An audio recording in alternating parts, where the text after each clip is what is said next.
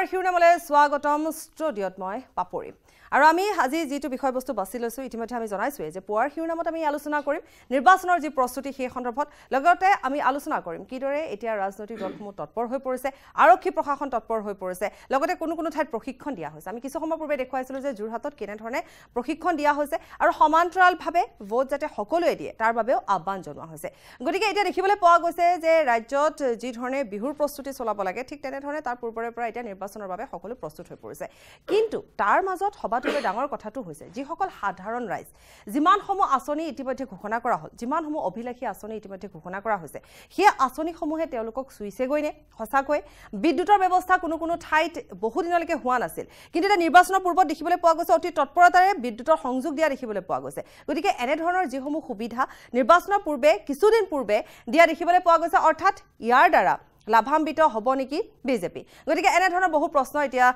উত্থাপন হৈছে গতিকে সেই যিসমূহ প্ৰশ্ন সেই প্ৰশ্নৰ উত্তৰসমূহ বিচাৰিম মই আমাৰ অতিথিসকলৰ সৈতে আপোনালোকক পৰিচয় কৰাই দিম কিন্তু তাৰ পূৰ্বে আমি পুনৰ এবাৰ জনাওঁ যে এতিয়া কেনে ধৰণে এতিয়া ৰাজনৈতিক দলসমূহৰ তৎপৰতা বৃদ্ধি পাইছে জনতাৰ পদূলিয়ে গৈ এতিয়া নিৰ্বাচনী প্ৰচাৰ আৰম্ভ কৰিছে প্ৰতিটো দলে নিৰ্বাচন যাতে সুচাৰুৰূপে পৰিচালনা কৰিবলৈ সমানে তৎপৰ হৈছে প্ৰতিখন জিলা প্ৰশাসন আৰক্ষী আমি জনাই গৈছিলো যে যোৰহাটত প্ৰশিক্ষণ দিয়া হৈছে ঠিক তেনে ধৰণে নিয়োজিত কৰা হৈছে বিষয়া কৰ্মচাৰীসকলক আৰু লগতে আমি জনাই গৈছো যে বিভিন্ন ঠাইত বিশেষকৈ আমি লখিমপুৰতো বহু সংখ্যক লোকৰ সৈতে আমি কথা পাতিছিলো বিশেষকৈ সেই সকল লোকৰ সৈতে যিসকলে দিন হাজিৰা কৰি আছে গতিকে এই দিন হাজিৰা কৰি থকা লোকসকলে তেওঁলোকে যে দিন হাজিৰা কৰি আছে তেওঁলোকে সেই সুবিধাসমূহ পাইছেনে তেওঁলোকে বিনামূলীয়া যিসমূহ সংযোগৰ কথা আহি পৰিছে সেইসমূহ তেওঁলোকে পাইছেনে গতিকে সেই সন্দৰ্ভত আমি কথা পাতি যাম আৰু লগতে যিসকল প্ৰাৰ্থিত্ব প্ৰত্যাশী তেওঁলোকে যদি প্ৰাৰ্থিত্ব লাভ কৰে ৰাইজৰ বাবে তেওঁলোকে কি কৰিব সেয়া হ'ব ডাঙৰ প্ৰশ্ন গতিকে সেই সন্দৰ্ভত আমি কথা পাতিম আমাৰ সাংবাদিকসকল বিভিন্ন প্ৰান্তত থাকিব আমি সেই সাংবাদিকসকলৰ সৈতেও সংযুক্ত হ'ম আমাৰ সাংবাদিকসকল থাকিব আমি গোলাঘাটৰ পৰা ৰাইজৰ মনৰ কথা জানিবলৈ আমি চেষ্টা কৰিম গতিকে গোলাঘাটৰ পৰা আমাৰ সাংবাদিক ৰোহিত গগৈ আমাৰ সৈতে থাকিব দিল্লীৰ খবৰ আমি লাভ কৰিম দিল্লীত থাকিব পাৰ্থ লগতে আমি চেষ্টা অব্যাহত ৰাখিম ইউপিৰ যাতে আমি খবৰ পাওঁ আমি যাতে লক্ষ্ণৌৰ যিহেতু দৃষ্টি নিবদ্ধ থাকে সকলোৰে লক্ষ্ণৌৰ ওপৰত গতিকে ইউপিৰ ওপৰত যিহেতু সকলোৰে দৃষ্টি নিবদ্ধ থাকে গতিকে আমি চেষ্টা কৰিম যাতে আমি আমাৰ সাংবাদিকৰ সৈতে সংযুক্ত হ'ব পাৰোঁ আৰু লগতে আমি সেই সন্দৰ্ভত আমি কথা পাতিম কিন্তু এই মুহূৰ্তত মই যাম আমাৰ যেহেতু দুগৰাকীক অতিথি আমি মাতি আনিছো আমি আমন্ত্ৰণ কৰি আনিছো তেওঁলোকৰ ওচৰলৈ যাম প্ৰথমতে মই চিনাকি কৰাই দিব লৈছো দুলু আহমেদ ডাঙৰীয়াৰ সৈতে প্ৰাৰ্থিত্ব প্ৰত্যাশী কংগ্ৰেছৰ তৰফৰ পৰা আমি ডাঙৰীয়া স্বাগতম জনাইছো আমাৰ এই অনুষ্ঠানলৈ আৰু লগতে আমাৰ সৈতে আছে আৰএছএছৰ যেটো প্ৰচাৰ প্ৰমুখ ৰঞ্জীৱ শৰ্মা ডাঙৰীয়া আছে গতিকে তেওঁৰ সৈতে মই পৰিচয় কৰাই দিছো স্বাগতম জনাইছো আপোনাক আমাৰ ষ্টুডিঅ'ৰ মজিয়ালে লগতে ৰোহিত আছে গোলাঘাটৰ পৰা গতিকে আমি ৰোহিতৰ সৈতে সংযুক্ত হ'ম গোলাঘাটবাসী ৰাইজৰ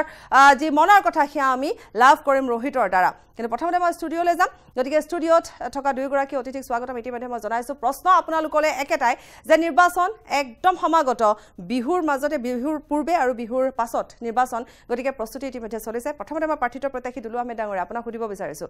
আপোনালোকৰ চূড়ান্ত তালিকা এতিয়ালৈকে প্ৰকাশ পোৱা নাই গতিকে কেনে ধৰণৰ অনুভৱ কেনে ধৰণৰ প্ৰতিক্ৰিয়া আপোনাৰ এই মুহূৰ্তত চাওক আজি দুদিন আগলৈ আমাৰ যিটো লোকসভা নিৰ্বাচনৰ অসমৰ প্ৰেক্ষাপট মই অসমৰ ওপৰতে কৈছো প্ৰথম সম্পূৰ্ণ বেলেগ আছিলে আৰু যোৱা পৰহিৰ 12টাৰ পিছত যেতিয়া অগপ দলে আকৌ বিজেপিৰ লগত এলায়েন্স কৰিলে তেতিয়াৰ পৰা এই হ'বলগীয়া লোকসভা নিৰ্বাচনৰ যিটো প্ৰেক্ষাপট একেবাৰে সম্পূৰ্ণৰূপে সলনি হৈ গৈছে তাত কোনো সন্দেহ নাই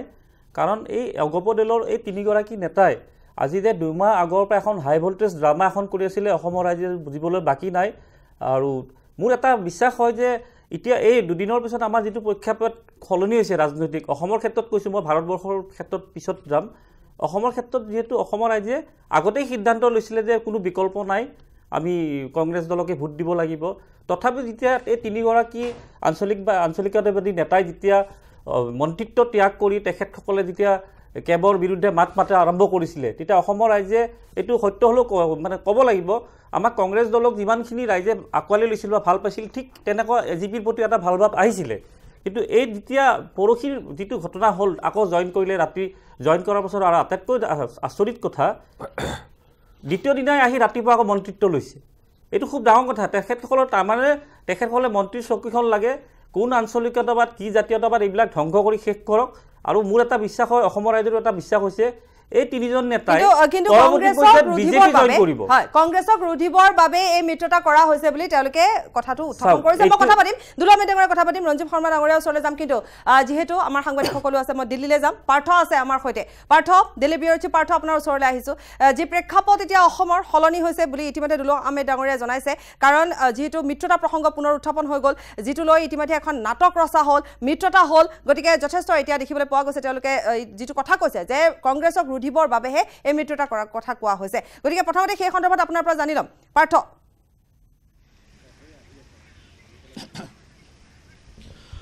হয় পাপৰি কংগ্ৰেছেও নতুন দিল্লীত সংগোপনে বহুকেইখন বৈঠকত মিলিত হৈছে বিশেষকৈ কংগ্ৰেছে AIUDFৰ সৈতে এক মিত্ৰতা কৰাৰ তেওঁলোকে ফালে এক প্ৰকাৰ আগবাঢ়িছে বুলি ক'ব লাগিব বদৰুদ্দিন আজমল AIUDFৰ মুৰব্বী তেওঁ ইতিমধ্যে কালি নতুন দিল্লীত উপস্থিত হৈছিলহি আৰু কালি নিশা কংগ্ৰেছৰ হাইকমাণ্ডৰে এখন বৈঠকত তেওঁ মিলিত হোৱাৰ কথা আমাৰ বাতৰি আমাৰ হাতত আহি পৰিছিলে কিন্তু এই মুহূৰ্তলৈকে আমি নিশ্চিত কৰিব পৰা নাই বদৰুদ্দিন আজমলে কংগ্ৰেছৰ হাইকমাণ্ডৰে বৈঠকত মিলিত হ'ল নে নাই আজি নতুন দিল্লীত উপস্থিত হ'ব তৰুণ গগৈ তেওঁ কালি উপস্থিত হোৱাৰ কথা আছিল কিন্তু তেওঁ কালি উপস্থিত নহ'ল আজি তেওঁ নতুন দিল্লীত উপস্থিত হ'ব আৰু আনুষ্ঠানিকভাৱে যদিও অতি সংগোপনে কিন্তু আনুষ্ঠানিক ৰূপত AIUDFৰ মুৰব্বী আৰু কংগ্ৰেছৰ অসম কংগ্ৰেছৰ নেতৃবৃন্দ আৰু দিল্লীৰ কংগ্ৰেছৰ হাইকমাণ্ড তেওঁলোক বৈঠকত মিলিত হ'ব আৰু তেওঁলোকে যিহেতু অসমৰ ইতিমধ্যে আপুনি জনাইছে অসমৰ দৃশ্যপট সলনি হৈছে অসম গণ পৰিষদ আৰু ভাৰতীয় জনতা পাৰ্টি ইতিমধ্যে তেওঁলোকে মিত্ৰতা স্থাপন কৰিছে তেনে পৰিপ্ৰেক্ষিতত কংগ্ৰেছেও AIUDFৰ সৈতে মিত্ৰতা কৰাৰ সম্ভাৱনা খুবেই অধিক যদিও কংগ্ৰেছৰ নেতৃবৃন্দই বা কংগ্ৰেছৰ নেতৃত্বই বিশেষকৈ অসম কংগ্ৰেছৰ সভাপতি ৰিপুণ বৰাই বাৰম্বাৰ কৈ আছে মিত্ৰতা নহয় বুলি কিন্তু মিত্ৰতা নহ'লেও কিন্তু তেওঁলোকৰ মাজত গোপন বুজাবুজি যে হ'ব সেই কথা নিশ্চিত পাৰ্থ পুনৰ যাম আপোনাৰ ওচৰলৈ আপুনি থাকিব আমাৰ সৈতে পৰ শিৰোনাম অনুষ্ঠানত মই ৰোহিতৰ ওচৰলৈ যাম ৰোহিত যেহেতু গোলাঘাটত বিশেষকৈ এই যি কথাটো আহি পৰিলে যে অগপ বিজেপিৰ মিত্ৰতা প্ৰসংগ গোলাঘাটতো যথেষ্ট লোকৰ প্ৰতিক্ৰিয়া ইতিমধ্যে আপুনি লাভ কৰিছে গতিকে আমি সেই সন্দৰ্ভত জানিম লগতে জানিম যে বহু আঁচনি যিহেতু কথা কোৱা হ'ল সেই আঁচনিসমূহে ঢুকি পাইছেগৈ নাই আজি এটা খবৰ ওলাইছিল যে দৈগ্ৰুঙত বিদ্যুৎ সংযোগ দিয়া হৈছে গতিকে এতিয়া দৈগ্ৰুঙবাসী ৰাইজে নিশ্চিতভাৱে বিজেপি সমৰ্থন কৰিব গতিকে তেনেধৰণৰ পৰিৱেশ এতিয়া সৃষ্টি হৈছে ৰাজ্যত ৰোহিত হয় পাপৰি যেহেতু ক'ব লাগিব যে নিৰ্বাচনৰ দিন সমাগত আৰু নিৰ্বাচনৰ বাবে সকলো সাজু হৈছে কিন্তু অগপ আৰু বিজেপিৰ যি মিত্ৰতা সেই মিত্ৰতাৰ মিশ্ৰিত প্ৰতিক্ৰিয়া গোলাঘাটতো অব্যাহত আছে ইয়াৰ উপৰিও কলিয়াবৰ লোকসভা সমষ্টিৰ যিজন সাংসদ এই সাংসদজনে যোৱা 5 বছৰ কেনেধৰণে তেওঁ আচলতে কটালে কি কাম কৰিলে উন্নয়নমূলক কাম কেনেধৰণে কৰিলে ইত্যাদিবিলাক কথাও এই মুহূৰ্তত যিহেতু নিৰ্বাচনৰ আগমুহূৰ্তত চৰ্চা হ'ব আৰু আমাৰ লগত ব্যক্তি আছে আমি তেওঁলোকৰ লগত প্ৰথমে কথা পতাৰ চেষ্টা কৰিম যে যিহেতু এজন সাংসদ হিচাপে গৌৰৱ গগৈয়ে 5 বছৰ দিন তেওঁ ইতিমধ্যে সম্পূৰ্ণ কৰিছে তেওঁ কেনেধৰণে আগুৱালে বুলি ভাবিব আচলতে এই 5 বছৰ দিন তেওঁ ধুনীয়া নাচিছে মানে ক'ৰবাত ঝুমুৰ নাচিছে হা ক'ৰবাত ঝুমুৰ নাচিছে বা ধৰণৰ মানে ক'ৰবাত তুলনি বিয়া খাইছে এনেধৰণে কথাই দিলে আচলতে কথাটো হৈছে কি যে উন্নয়নৰ নামত মানে এজন সাংসদ হিচাপে সাংসদ পুঁজি এটা লৈ পেলাই গামবুঢ়াজনক যদি দি দিয়া যায় সাংসদ পুঁজিটো ভাগ কৰিব চবেই পাৰিব ভাগ কৰিলে আধাখিলা কৰিলে খানা পিনা খালে নাচিলে গ'ল কিন্তু সমষ্টিটোত নতুনত্ব নতুন মানে উৎপাদনমুখী একো ধৰণৰ আঁচনি আজি তাৰিখলৈকে ল'ব পৰা নাই আজি নিবনুৱা যুৱকসকলক সংস্থাপনৰ ক্ষেত্ৰতে কিবা উৎপাদনমুখী হওক বা নতুন চিন্তা চৰ্চাই এজন সাংসদ হিচাপে এজন সাংসদৰ পৰা যিটো বিচাৰে তেনেকুৱা ধৰণৰ কোনো আঁচনি ল'ব পৰা নাই পুনৰ যাম আমি ষ্টুডিঅ'লৈ আহিম এবাৰ পুনৰ এবাৰ দুলু আহমেদ ডাঙৰীয়া বহুকেইটা অভিযোগ উত্থাপন হৈছে গতিকে সেই সন্দৰ্ভত জানিম আপোনাৰ পৰা পুনৰ এবাৰ চাওক এইবিলাক সাধাৰণ জনতাই বিভিন্ন ধৰণৰ দলৰ প্ৰতি কিছুমান অভিযোগ থাকিব তাত কোনো ডাঙৰ কথা নহয় কিন্তু আমাৰ জনতাই মই অলপ আগে যিটো বাইটটো চালোঁ গৌৰৱ গগৈ ডাঙৰীয়া কথা ক'লে তেনেকুৱা ধৰি লওক আপুনি কিছুমান সমষ্টিত যাব হয়তো বিজেপিৰ বিৰুদ্ধে ক'ব এজিপি এইটো সাধাৰণ কথা কিন্তু মই যিটো কৈছোঁ বৰ্তমান ৰাজনীতিৰ প্ৰেক্ষাপটটো পৰহি পিছত সলনি হৈছে ইয়াত কোনো সন্দেহ নাই মিত্ৰতাৰ কথা আহি পৰিছে আৰু এইটোত মই এটা দেখিবলৈ পালোঁ অসমৰ ৰাইজে হয়তো গম পাইছে যে আমাৰ এই যি তিনিগৰাকী নেতা তেখেতসকলে দুমাহ এখন যিখন নাটক এখন কৰিলে তেখেতসকল মোৰ এটা ধাৰণা হয় যে আমিও বিচাৰোঁ যে আঞ্চলিকতাটো জীয়াই থাকক আৰু এই তিনিগৰাকী নেতাই পৰৱৰ্তী পৰ্যায়ত বিজেপি জইন কৰিব এটা ভিতৰুৱা তেখেতসকলে মনৰে থিৰাং কৰিছে যে আমি বিজেপি জইন কৰিম আৰু আঞ্চলিকতাটো চাব ইয়াত অসমত আকৌ জীয়াই থাকিব বেলেগ নেতৃত্ব বেলেগ আৰু আমি বিচাৰোঁ যে আঞ্চলিকতাটো জীয়াই থাকক নিশ্চয় আমি ৰঞ্জিত শৰ্মা ডাঙৰীয়া ওচৰলৈ যাম বহুখিনি কথা ইতিমধ্যে পতা হৈছে ডাঙৰীয়া গতিকে আপুনি নিশ্চয় কথাখিনি লৈ এক উমান পাইছে গতিকে আপোনাৰ পৰা মই এই সন্দৰ্ভত সামূহিক যিখিনি কথা পাতিলোঁ তাৰ সন্দৰ্ভত কিছু কথা জানিব বিচাৰিম আচ্ছা মানে এতিয়া নিৰ্বাচনী বতৰ নিৰ্বাচনত কেৱল ৰাজনীতিৰ কথা হয় আৰু সকলো দলে নিজৰ ৰাজনৈতিক যিটো উদ্দেশ্য থাকে সেই উদ্দেশ্য আগত ৰাখি পেলাই ৰাইজৰ ওচৰলৈ যায় আৰু ৰাইজে বিচাৰ কৰে ভোটদানৰ জৰিয়তে আৰু ৰিজাল্ট হয় আৰু সদায় মানে যিকোনো কামত সদায় ৰিজাল্ট কাউণ্ট কৰে ৰিজাল্ট যাৰ পক্ষত যায় সেই শক্তিশালী সেই জিকে সেই চৰকাৰ বনায় সেইটো আমি সকলোৱে জানো কিন্তু ৰাজনীতিত যিটো মেথামেটিক্স বুলি কোৱা হয় সংখ্যাৰ যিটো অংক ৰাজনীতিত কিন্তু মেথামেটিক্স নাথাকে ৰাজনীতিত কেমেষ্ট্ৰি থাকে আৰু মই ভাবোঁ এজিপি বিজেপিৰ যিটো এলায়েন্স সেইটো কেমেষ্ট্ৰিৰ মেথামেটিক্স সেইটো যিটো নৰ্মেল মেথামেটিক্স সেইটো নহয় মই এটা সৰু উদাহৰণ দিওঁ যোৱা 2014 চনৰ যিটো লোকসভা নিৰ্বাচন আছিল অসমত অসম গণ পৰিষদ আৰু বিজেপিৰ মাজত এলায়েন্স হোৱা নাছিলে বিজেপিয়ে নিজৰ শক্তিৰ জোৰত 7টাকে লোকসভা সমষ্টি আৰু যিকেইটা সমষ্টিত কেতিয়াও এজিপি জিকা নাছিলে কেতিয়া মানে অধিকাংশ সমষ্টি যোৰহাট তেনেকুৱা এটা সমষ্টিত বিজেপিয়ে প্ৰথমবাৰৰ বাবে কংগ্ৰেছক তাত পৰাজিত কৰিছিলে পৰাজিত কৰি 7টাকে আপোনাৰ লোকসভা সমষ্টি জিকিছিল এটা লোকসভা সমষ্টি বৰপেটাত অসম গণ পৰিষদৰ প্ৰাৰ্থীজনে প্ৰায় 80,000 ভোট পাইছিলে আৰু বিজেপিৰ প্ৰাৰ্থীগৰাকী তাত প্ৰায় 30-35,000 ভোটত হাৰিছিলে তাত যদি সেই এজন প্ৰাৰ্থী যদি নাথাকিলেহেঁতেন তেতিয়াহ'লে হয়তো সংখ্যাটো 7ৰ পৰা 8 হ'লে হয় ঠিক তেনেদৰে কৰিয়াবৰতো সমীকৰণ সলনি হ'লেহেঁতেন সেইকাৰণে মই কৈছোঁ যে ৰাজনীতিত কেতিয়াও মেথামেটিক্সে কাম নকৰে ইয়াত কেমেষ্ট্ৰিয়ে কাম কৰে কিন্তু সাধাৰণ ৰাইজক এক আভুৱা কিয় ভৰা হয় কেৱল যিখন নাগৰিকত্ব সংশোধনী বিল সম্পৰ্কত যি সময়ত হিমন্ত বিশ্ব শৰ্মাই এই কালিলৈকে পৰহিলৈকে মিত্ৰতা হোৱাৰ নিশাৰ ভাগতহে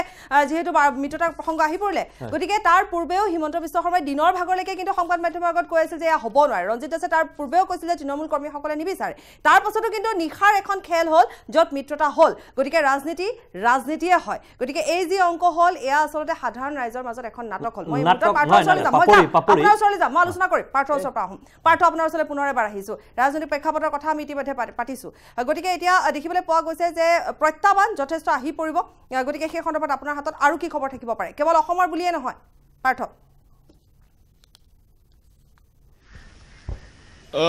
হয় পাপৰি আমি চোকা দৃষ্টি ৰাখি আছোঁ বিশেষকৈ কংগ্ৰেছ আৰু ইউডিএফৰ মিত্ৰতাৰ বিষয়টোলৈ ইউডিএফৰ কংগ্ৰেছৰ মিত্ৰতা এতিয়ালৈকে নোহোৱাৰ মূল কাৰণটো আছিলে বা অসম কংগ্ৰেছৰ যিসমূহ নেতা তেওঁলোকে বিধি পথালি দি থকাৰ মূল কাৰণটো আছিলে যদিহে কংগ্ৰেছ আৰু ইউডিএফৰ মিত্ৰতা হয় তেওঁলোকে ভাবিছিলে বিজেপিয়ে কংগ্ৰেছ দলটোক বংগবাসী মুছলমানৰ একমাত্ৰ দল হিচাপে বা বংগবাসী মুছলমানৰ কথা কোৱা দল বুলি চিহ্নিত কৰিব তাৰ পৰিপ্ৰেক্ষিততে অসম কংগ্ৰেছৰ সভাপতি ৰিপুণ বৰাই বিধি পথালি দি আছিলে আৰু তৰুণ গগৈ ইউডিএফৰ চিৰবৰ্ডী আমাৰ 2006 চনৰ ইলেকশ্যনৰ যদি আমি কথা মনত পেলাওঁ তেতিয়া তৰুণ গগৈ কৈছিল হু ইজ বদৰুদ্দিন আজমল কিন্তু এই আজিৰ দিনটোৰ প্ৰেক্ষাপটত আজিৰ যি পৰিৱেশ সেই পৰিৱেশত কিন্তু তৰুণ গগৈ কিছু প্ৰকাৰ সৈমান হোৱাৰ খবৰ আমাৰ হাতলৈ আহি পৰিছে কাৰণ তৰুণ গগৈ পুত্ৰ গৌৰৱ গগৈক জয়লাভ কৰি আনোৱাৰ স্বাৰ্থত তৰুণ গগৈয়ে ইউডিএফৰ মিত্ৰতা স্থাপনৰ কথা চিন্তা চৰ্চা কৰিছে বুলি তেনেধৰণৰ তথ্য আমাৰ হাতলৈ আহি পৰিছে যদিও সেয়া আনুষ্ঠানিক তথ্য নহয় কাৰণ কলিয়াবৰ সমষ্টিত সামগুৰি বা ৰূপহী বা ঢিং সেইসমূহ এছেম্বলি কনষ্টিটিউৱেঞ্চিৰ পৰা গৌৰৱ গগৈক জয়লাভ পাৰ্থ যাম আপোনাৰ ওচৰলৈ আমি পুনৰ এবাৰ কিন্তু যিহেতু আমি এই খবৰৰ ওপৰত দৃষ্টি আপুনি নিবদ্ধ ৰাখক আমি সকলো খবৰে আমি জনাই যাম আৰু আলোচনা আমি অব্যাহত ৰাখিম প্ৰথম কথা হৈছে যে মিত্ৰতা আৰু দ্বিতীয় কথাটো হৈছে যে আজি আন এক খবৰ আহি পৰিছে ইতিমধ্যে আমাৰ দিল্লীৰ ব্যুৰ চিফ পাৰ্থই আমাক জনাইছে যে হয়তো এআইডিএফ আৰু কংগ্ৰেছৰ মিত্ৰতা হ'ব পাৰে গতিকে সেই সন্দৰ্ভতো আলোচনা অব্যাহত আছে গোপনে বৈঠক অনুষ্ঠিত হৈছে বুলি জানিব পৰা গৈছে সকলো আপডেট আমি লৈ থাকিম পাৰ্থৰ পৰা কিন্তু এই মুহূৰ্তত পুনৰ এবাৰ আমি আমাৰ অতিথিৰ ওচৰলৈ যাম পুনৰ আমি এই সন্দৰ্ভত কথা পাতিম দুলু আমি ডাঙৰীয়া বিৰতিলৈ যোৱাৰ সময়খিনিত মই আপোনাৰ সৈতে কথা পাতিছিলোঁ যে আপোনালোকৰ মিত্ৰতা হোৱাৰ যিটো প্ৰসংগ এতিয়া উত্থাপন হৈছে এআইডিএফ আৰু কংগ্ৰেছৰ গতিকে সেই সন্দৰ্ভত আপোনাৰ কেনেধৰণৰ প্ৰতিক্ৰিয়া হ'ব পাৰে চাওক মিত্ৰতাৰ প্ৰস্তাৱ অন্য দলে আমাক দিব পাৰে সেইটো খুব ডাঙৰ কথা নহয় এইটো সাধাৰণ কথা আগতেও দিছিলে বা বিজেপিকো দিছিলে আমাৰ কংগ্ৰেছকো দিছিলে প্ৰস্তাৱ দিয়াটো ডাঙৰ কথা নহয় সেই প্ৰস্তাৱটো আমাৰ দলীয় হাইকমাণ্ডে কি ধৰণে বিচাৰ বিবেচনা কৰিব সেইটোৱে ডাঙৰ কথা আৰু এতিয়ালৈ তেনেকুৱা ধৰণৰ কোনো কথা আহি পৰা নাই আৰু অলপ আগে আপুনি যিটো ক'লে কংগ্ৰেছক ৰুধিব আজি আমি প্ৰত্যেকটা টকশ্ব'ত বা আমি পেপাৰত পাইছোঁ বিজেপিৰ ডাঙৰ নেতাবোৰৰ ষ্টেটমেণ্ট যে কংগ্ৰেছৰ কোনো অস্তিত্ব নাই বুলি কয় এতিয়া আহিছে আপোনালোকে যিটো ক'লে যে কংগ্ৰেছক ৰুধিবৰ কাৰণে এই মিত্ৰতা গঠন হৈছে তাৰমানে কংগ্ৰেছ দল যে অসমত শক্তিশালী হৈছে এই মিত্ৰতাই প্ৰমাণ কৰিছে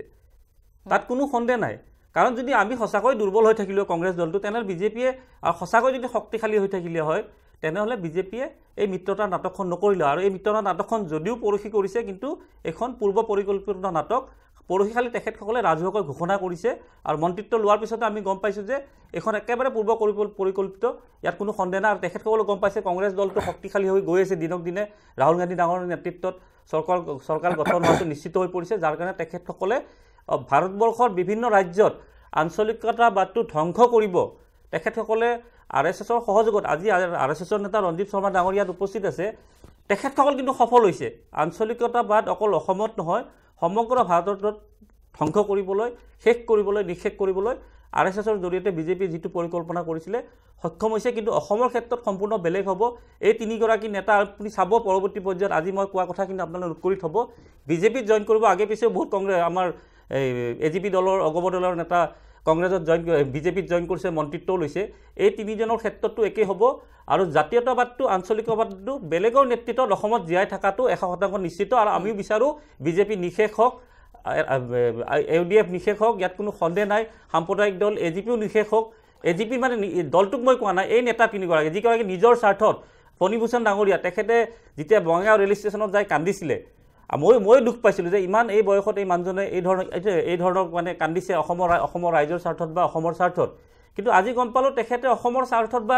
ৰাইজৰ স্বাৰ্থত কান্দা নাই তেখেতে মন্ত্ৰিত্ব হেৰুৱাৰ স্বাৰ্থত কান্দিছে তাত অতুল বৰাই খুব মাতৃৰ কথা কৈছিলে আজি সেই মাতৃক মোৰ প্ৰশ্ন কৰিব মন আছে সেই মাতৃ আজি কি ক'ব বিজেপি দলে কৈ আছে আমি চৰকাৰ অহাৰ পিছত নাগৰিকত্ব সংশোধনী বিল গৃহীত কৰিমেই অগপৰ কি ষ্টেণ্ড ল'ব এইটোত গতিকে এইবিলাক সম্পূৰ্ণ অসমৰ ৰাইজে বুজি পাইছে তেখেতসকল বিজেপিত যোৱাটো নিশ্চিত আৰু আপোনালোকে পৰৱৰ্তী পৰ্যায়ত দেখিব জাতীয়তাবাদটো বেলেগৰ নেতৃত্বত আকৌ অসমত জীয়াই উঠিব ৰঞ্জিত শৰ্মা ডাঙৰীয়া এই যে মিত্ৰতা আচলতে দুদুৱামে ডাঙৰীয়া যিকেইটা কথা ক'লে ফণীভূষণ চৌধুৰীৰ যিটো কথা উল্লেখ কৰিছে সঁচাকৈ সেই সময়ছোৱাত এনেকুৱা লাগিছিল যে সঁচাকৈ আৱেগিক হৈ পৰিছিল ৰাজ্যবাসী প্ৰতিজন অসমীয়াই হয়তো সেই সময়ত আৱেগিক হৈ পৰিছিল বা অতুল বৰাই যেনেধৰণৰ মন্তব্য কৰিছিল প্ৰতিজন অসমীয়াই সেই সময়ত আৱেগিক হৈ পৰিছিল কিন্তু এতিয়া যেনেধৰণে এতিয়া দেখিবলৈ পোৱা গৈছে যি মিত্ৰতা হ'ল সেই মিত্ৰতাই এতিয়া কংগ্ৰেছকহে সহায় কৰিব নেকি ৰঞ্জিত শৰ্মা ডাঙৰীয়া এই প্ৰশ্ন আপোনালৈ মই এৰিছোঁ আমি কিন্তু শক্তিশালী স্থিতিত আছোঁ হয় মই আপোনাক এই প্ৰশ্ন আপোনাক মই কৰিছোঁ কিন্তু এই মুহূৰ্তত মই যিহেতু লখিমপুৰ যাব লাগিব সঞ্জীৱ আছে আমাৰ সৈতে গতিকে কিছু সমস্যা আছে এইসকল লোকৰ তেওঁলোকে কি ক'ব মই প্ৰথমতে সেয়া জানি ল'ম অকণমান সময়ৰ বাবে মই জানি ল'ম হয় সঞ্জীৱ নিৰ্বাচন অহাৰ লগে লগে প্ৰতিশ্ৰুতিৰ বন্যা ববলৈ আৰম্ভ কৰিব আৰু সেই প্ৰতিশ্ৰুতিৰ বন্যা বৈ যাব সাধাৰণ লোকসকলৰ মাজত মই ইয়াৰ পূৰ্বে দেখুৱাইছিলোঁ যে যিসকল পুৰুষ দিন হাজিৰা কৰা লোক আছে তেওঁলোকক দেখুৱাইছিলোঁ তেওঁলোকৰ মনৰ কথা জানিলোঁ এইবাৰ মহিলাসকলৰ মনৰ কথা জানিবলৈ যাম নিৰ্বাচন আকৌ আহিলে এতিয়া নেতাবিলাক আপোনালোকৰ ওচৰলৈ আকৌ আহিব আচ্ছা আপুনি সদায় এনেকৈ হাজিৰা কৰে নেকি প্ৰথমে এই কথাখিনি পাতি লওঁ সদায় কৰোঁ কিমান হাজিৰা পায় মই ধৰি দিম 250 পুৰুষসকলে দেখোন 350 কিছুমানে 400 তেনেকৈ পায় আপুনি কি আপোনালোকক কিয় কমকৈ দিয়ে জানো কেলে কমকৈ দিয়ে কিছুমান 300 দিয়ে কিছুমান 250কৈ দিয়ে 250 টকাই আপোনাৰ চলিবলৈ হয়নে মাহটো ক'ত চলিবলৈ হ'ব বা দিনটো চলিবলৈ হয়নে নহয় সদায় নিওঁ সদায় খাওঁ আমি আপুনি একমাত্ৰ উপাৰ্জনকাৰী ব্যক্তি নেকি ঘৰখনত আপুনি অকলে উপাৰ্জন কৰে ল'ৰাকেইটা পঢ়ি আছে তাৰপৰা এটা গেজত সোমাই আছে ভালকৈ তাৰমানে হোৱা নাই এটা পঢ়ি একো কৰিব পৰা নাই তাৰপৰা ঘৰৰ আগতে এটা দিছিলে তাকো ভাঙি ছিঙি গ'ল খেতি বাতি নাই সদায় এনেকৈ কাম কৰি খায় নে সদায় কাম কৰিয়ে খাওঁ কিন্তু 250কৈ দিয়ে ৰাইজে যিটো দিয়ে সেইটোকে লওঁ পুৰুষসকলে দেখোন আপোনালোকতকৈ বেছিকৈ পায় দিন হাজিৰা এতিয়া নিদিলে আৰু কি কৰিম আমি ক'বলৈতো উপায় নাই কি কাম কৰে আপুনি মই ঘৰৰ কাম কৰোঁ ধান মাৰোঁ কঠীয়া সঞ্জীৱ হয় মই ধন্যবাদ জনাইছোঁ সঞ্জীৱক এটা আভাস আমি দিলোঁ মই ৰঞ্জিত শৰ্মা ডাঙৰীয়ালৈ এটা প্ৰশ্ন এৰিছিলোঁ কিন্তু তাৰ পূৰ্বে পুনৰ এবাৰ মই যিহেতু প্ৰাৰ্থিত্ব প্ৰত্যাশী দুলুৱামে ডাঙৰীয়া আপোনাৰ ওচৰলৈ আহিছোঁ এই সমস্যা কেৱল লখিমপুৰৰ নহয় কিন্তু এনেকুৱা ধৰণৰ লোক প্ৰতিখন ঠাইতে আছে যি এতিয়াও এনেধৰণে কাম কৰি আছে আঁচনিৰ ওপৰত আঁচনিৰ কথা আহি পৰিছে অভিলাষী আঁচনি বহু ঘোষণা কৰা হৈছে এতিয়া দেখিবলৈ পোৱা গৈছে নিৰ্বাচন সমাগত বিজেপি চৰকাৰে বহু ঠাইত বিদ্যুৎ সংযোগ কৰি দিছে গতিকে ভোট তেওঁলোকলৈ যাব এনেধৰণে ৰাজনৈতিক দলসমূহে এনেধৰণৰ খেল কিমান দিনলৈ খেলিব আপুনি এগৰাকী প্ৰাৰ্থিত্ব প্ৰত্যাশী বৰপেটাত যদি আপুনি টিকট পায় আপুনি বা যদি ৰাইজৰ বাবে কিবা কৰিবলগীয়া হয় কি কৰিব কেনেকৈ কৰিব সকলোৰে চিন্তাধাৰাবোৰ বেলেগ বেলেগ সকলো দলৰ সকলো নেতাসকলৰ সকলো চিন্তা বেলেগ বেলেগ থাকে আৰু এইবোৰ যিবোৰ ৰাইজৰ অভাৱ অভিযোগবোৰ কৈ আছে এইটো ধৰি লওক আমাৰ ৰাজনীতিত যিকোনো দলে যিমানে শক্তিশালী নহওক এই 1% সদায় এই ধৰণৰ অভিযোগ দি আহিব কিন্তু অভিযোগ দিয়াটো কি ধৰণে সমাধান কৰিব পাৰি সেইটো কথা আমাৰ দলৰ লগতে নেতাগৰাকীৰো দায়িত্ব থাকে কাৰণ নেতাগৰাকীক দলে পৰিচালনা কৰে নেতাগৰাকী সমষ্টি এটা ধৰি ৰাখিবৰ কাৰণে কি ধৰণে কাম কৰিব লাগে সেইটো নেতাটোৰ ওপৰত পৰে গতিকে পৰৱৰ্তী পৰ্যায়ত মই আমাৰ যিখিনি যুৱচামৰ কথা কৈ আহিছোঁ যুৱচামক আমাৰ শীৰ্ষ নেতৃত্বই যি ধৰণে গুৰুত্ব দিছে শীৰ্ষ নেতৃত্বই এটা কথা উপলব্ধি কৰিছে যে ৰাজনীতিত যদি সমাজৰ মাজত যায় ৰাইজৰ কাম কৰিব লাগে একাংশ যুৱক যুৱতীক আগুৱাই নিব লাগিবই সেইকাৰণে পৰৱৰ্তী পৰ্যায়ত এই যি ধৰণৰ অভিযোগবোৰ পৰৱৰ্তী পৰ্যায়ত সম্পূৰ্ণৰূপে লাহে লাহে মই নকওঁ যে একেদিনে সলনি হ'ব পৰৱৰ্তী পৰ্যায়ত সলনি হ'ব এইটো আমাৰ নেতৃত্বৰ ওপৰত সম্পূৰ্ণ ভৰসা আছে আৰু এই নেতৃত্বৰ কাৰণেই আপোনালোকে চাব অসমত সমগ্ৰ ভাৰতত ৰাজনীতিৰ প্ৰেক্ষাপটটো অহা 19ৰ যিটো নিৰ্বাচনৰ ফলাফল ঘোষণা সলনি কৰি দিব আপোনালোকে সলনি কৰি দিব বুলি মই নকওঁ লাহে লাহে সলনি হ'ব সম্পূৰ্ণৰূপে এবাৰত নহয় যে এই যে মিত্ৰতা প্ৰসংগ উত্থাপন হ'ল যিটো কথা আমি ইতিমধ্যে আলোচনা কৰিছোঁ যে ই কিমান দূৰ লাভজনক হ'ব পাৰে বা লোকচান হ'ব পাৰে নেকি বা কংগ্ৰেছৰ উত্থান হ'ব পাৰে নেকি মই অলপ সময় লৈ পেলাই কথাখিনি ক'ম প্ৰথমতে লখিমপুৰৰ যিটো আপুনি দেখুৱালে লাইভ তাত দিন হাজিৰা কৰা মানুহৰ যিটো সমস্যা দেখুৱাইছে আপুনি মই ৰাজীৱ গান্ধীৰ এটা কথা ক'ব খুজিছোঁ ৰাজীৱ গান্ধীৰ আগতে ইন্দিৰা গান্ধী প্ৰধানমন্ত্ৰী আছিল ইন্দিৰা গান্ধী প্ৰধানমন্ত্ৰী থাকোঁতে 20 দফীয়া আঁচনি ঘোষণা কৰিছিল আৰু গৰীবী হটাও বুলি কৈছিল যিদিনাখন পাৰ্লিয়ামেণ্টত ইন্দিৰা গান্ধীয়ে গৰীবী হটাও বুলি এই অভিযানৰ শুভাৰম্ভ কৰিছিল বা ঘোষণা কৰিছিল ভাৰতৰ সংসদত পবিত্ৰ সংসদত সেইদিনাখন ভাৰতৰ সংসদত ইন্দিৰা গান্ধীয়ে দিয়া তথ্যটো আছিল 10 কোটি মানুহ আমাৰ দেশত বিপিএলৰ তলত আছে বিপিএল লাইনত আছে 10 কোটি মানুহ আৰু আজি 2019 চন গৰীবী হটাও অভিযানত কেইবা লাখ কোটি টকা খৰচ কৰাৰ পিছত 2019 চনত আজি ভাৰত চৰকাৰৰ যি তথ্যপাতি আজি ৰাজহুৱা হৈছে কোৱা হৈছে এতিয়াও আমাৰ দেশত 30ৰ পৰা 35 কোটি মানুহ গৰীবী সীমাৰেখা মানে দুখীয়াৰ সীমাৰেখাৰ তলত আছে এতিয়া ৰাজীৱ গান্ধীয়ে কৈছিলে যে আমি যিবিলাক আঁচনি বনাওঁ সেই আঁচনি যেতিয়া আমি ৰাইজৰ কাৰণে এৰি দিওঁ বা আমি ধন আবণ্টন দিওঁ তাৰে 85 পইচা 1 টকাৰ 85 পইচা আমাৰ পকেটত খুমাই মাত্ৰ 10ৰ পৰা 15 পইচাহে ৰাইজৰ ওচৰলৈ যায় তো এই যিটো ব্যৱস্থা স্বাধীনতাৰ পিছত কংগ্ৰেছ দলে আমাৰ দেশত গঢ়ি তুলিছিল প্ৰশাসনৰ ভিতৰত গঢ়ি তুলিছিল তাৰ কাৰণে আজি লখিমপুৰৰ সেই মহিলাসকলে সেইখিনি কথা কোৱাৰ আজি সুবিধা পাইছে বা ক'বলৈ বাধ্য হৈছে এতিয়া কথা আমি আহোঁ এতিয়া পৰৱৰ্তী যিটো আপোনাৰ প্ৰশ্ন আছিল কেমেষ্ট্ৰি মই বাৰে বাৰে কৈ আছোঁ কেমেষ্ট্ৰি আজি চাওক অগপৰ যিটো ভোট বেচ আৰু ভাৰতীয় জনতা পাৰ্টিয়ে যিটো ভোট বেচ বনাবলৈ চেষ্টা কৰি আছে কেমেষ্ট্ৰি কথা ঠিকে কৈছে ৰঞ্জিত শৰ্মা ডাঙৰীয়া কিন্তু এই কেমেষ্ট্ৰি আসলতে সাধাৰণ আমাৰ নিচিনা কিছুমান মানুহৰ এখন নাটকৰ আপোনালোকে সৃষ্টি কৰে না নাটকৰ মইতো সৃষ্টি কৰাই নাই বাৰু তাৰ লগত কেমেষ্ট্ৰি বুজি নাপায় গোলাঘাট কেমেষ্ট্ৰি বুজি আবেগৰ লগত কেমেষ্ট্ৰি কথা না আবেগে চাওক আবেগে ৰাজনীতি নকৰে আবেগত আজি আপুনি কেবৰ আন্দোলনৰ সময়ত আমিওতো সেই সময়ত ৰাইজৰ মাজত আছিলোঁ আবেগে ৰাজনীতি নকৰে কিন্তু আবেগৰ আমিও ৰাইজৰ মাজত আছিলোঁ যেতিয়া অসম গণ পৰিষদে মই এটা স্পষ্ট কথা কৈ আছোঁ দুলুদা আপুনি কৈ থাকোঁতে মই ইণ্টাৰফেয়াৰ কৰা নাই আপুনি যেতিয়া যিদিনাখন অখিল গগৈয়ে গুৱাহাটীত ধৰ্ণা দিছিলে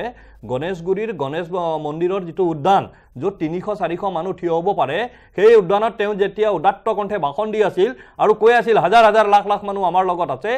সেই সময় একেটা সময়তে গোটেই অসমৰ প্ৰতিটো জিলা সদৰত আমি বৈঠক কৰি আছিলোঁ আমি সমাবেশ পাতি আছিলোঁ য'ত 5000ৰ পৰা 10000 মানুহ উপস্থিত আছিল মিডিয়াই সেই খবৰটো দেখুওৱা নাছিলে আজি চাওক অসমৰ জনসাধাৰণে কেবৰ আন্দোলনক ডিৰেইল কৰিছে অসমৰ মানুহে আজি আলোচনা কৰিব খোজে অসমত জনগাঁথনি সলনি হৈছে আজি 1990 চনৰ পিছত তাৰমানে আপুনি এটোৱে ক'ব বিচাৰিছে যে মিত্ৰতাই বিজেপিৰ কাৰণে কিন্তু লাভদায়ক হ'ব আপুনি ক'ব বিচাৰিছে বিজেপিক লাভদায়ক হৈছে নাই বা নিৰ্বাচনী ৰিজাল্টে ক'ব কিন্তু অসমৰ জনসাধাৰণে আজি নিৰ্বাচনী ইস্যু কি হোৱা বিচাৰিছে পাপৰি অসমৰ জনসাধাৰণে স্পষ্টভাৱে বিচাৰিছে অসমৰ নিৰ্বাচন ইস্যু হ'ব লাগে অসমৰ ডেমোগ্ৰাফি চেঞ্জ হৈছে 13খন জিলাত অসমীয়া মানুহ খিলঞ্জীয়া মানুহৰ প্ৰভুত্ব হেৰাইছে যি প্ৰভুত্বৰ কথা সমুজ্জ্বল ভট্টাচাৰ্যই কয় সমুজ্জ্বল ভট্টাচাৰ্যৰ জন্মস্থান বিলাসীপাৰাত আজি কিয় খিলঞ্জীয়া প্ৰভুত্ব নাই আজি গোৱালপাৰা জিলাত কিয় খিলঞ্জীয়াৰ প্ৰভুত্ব নাই আজি সেইটো অসমৰ ইস্যু সেই ইস্যুৰ পৰা কোনেও ডাইভাৰ্ট কৰিব নোৱাৰে আজি নিৰ্বাচনৰ ইস্যু হ'ল অসমৰ জনগাঁথনিৰ পৰিৱৰ্তন 13খন জিলাত অসমীয়াৰ খিলঞ্জীয়া মানুহ মই এটা কথা কওঁ আমাৰ ৰঞ্জিত শৰ্মা ডাঙৰীয়াই খুব ভাল কথা ক'লে মই এটা লাইনত শুনিব বিচাৰিম মই একেডাল মই কৈ আছোঁ তেখেতে যিটো কৈছে কেমেষ্ট্ৰিটো বিজেপিৰ এজেণ্ডা নহয় কেমেষ্ট্ৰিটো RSSৰ এজেণ্ডা মই অলপ আগেয়ে কৈছোঁ এই আঞ্চলিকতা যিবোৰ আঞ্চলিক দল আছে সেই দলসমূহ শেষ কৰাৰ কাৰণে RSSৰ যিটো পন্থা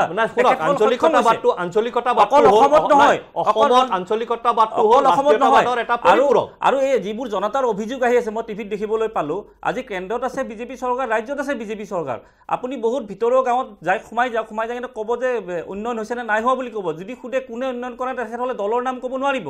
কিন্তু এটা কথা স্পষ্ট হৈ গ'ল কেন্দ্ৰত বিজেপি চৰকাৰ থকাৰ পিছতো ৰাজ্যত থকাৰ পিছতো যি ধৰণে ডেভেলপমেণ্টৰ তেখেতসকলে প্ৰতিশ্ৰুতি দিছিলে সময় কম গতিকে মই শেষবাৰৰ বাবে এবাৰ মই ৰোহিতৰ ওচৰলৈ যাব বিচাৰিম পাৰ্থ আপোনাক আমি ধন্যবাদ জনাইছোঁ ৰোহিত গগৈ মই আপোনাৰ ওচৰলৈ আহিব বিচাৰিছোঁ খুব কম সময়ৰ ভিতৰত মই আপোনাৰ পৰা কিছু কথা জানিব বিচাৰিম মই এটা বাক্য কম কিন্তু কওক মোৰ বাক্যটো হ'ল যে ভাৰতবৰ্ষত যিটো আঞ্চলিকতাবাদী দলবিলাক আছে বিভিন্ন আঞ্চলিকতাবাদৰ পৰিপূৰক এই মিত্ৰতাই প্ৰমাণ কৰি দিছে ৰাষ্ট্ৰীয়তাবাদ নাথাকিলে আঞ্চলিকতাবাদ থাকিব নোৱাৰে ৰাষ্ট্ৰীয়তাবাদ আৰু আঞ্চলিকতাবাদ আপোনালোকে নিষেধ কৰি দিলে বিজেপি আৰএছএছৰ সহযোগত সমগ্ৰ ভাৰতত আঞ্চলিকতাবাদ নিষেধ কৰি দিলে সক্ষম হৈছে আৰু ইয়াৰ উত্তৰ এই পৰৱৰ্তী নিৰ্বাচনত ৰাইজে দিব ৰোহিত মই আপোনাৰ ওচৰলৈ আহিছো ৰোহিত হয় ৰোহিত আপুনি যদি শুনা পাইছে যেহেতু ক'ব লাগিব যে নিৰ্বাচনৰ দিন ঘোষণা হোৱাৰ লগে লগে ইয়াত হয় হয় পাপৰি মই যেহেতু এই মুহূৰ্তত মই জনাই আছোঁ যে অগপ আৰু বিজেপিৰ মিত্ৰতা হৈছে কংগ্ৰেছক ৰুধিবৰ বাবে কংগ্ৰেছক পৰাভূত কৰিবৰ বাবে অগপ আৰু বিজেপি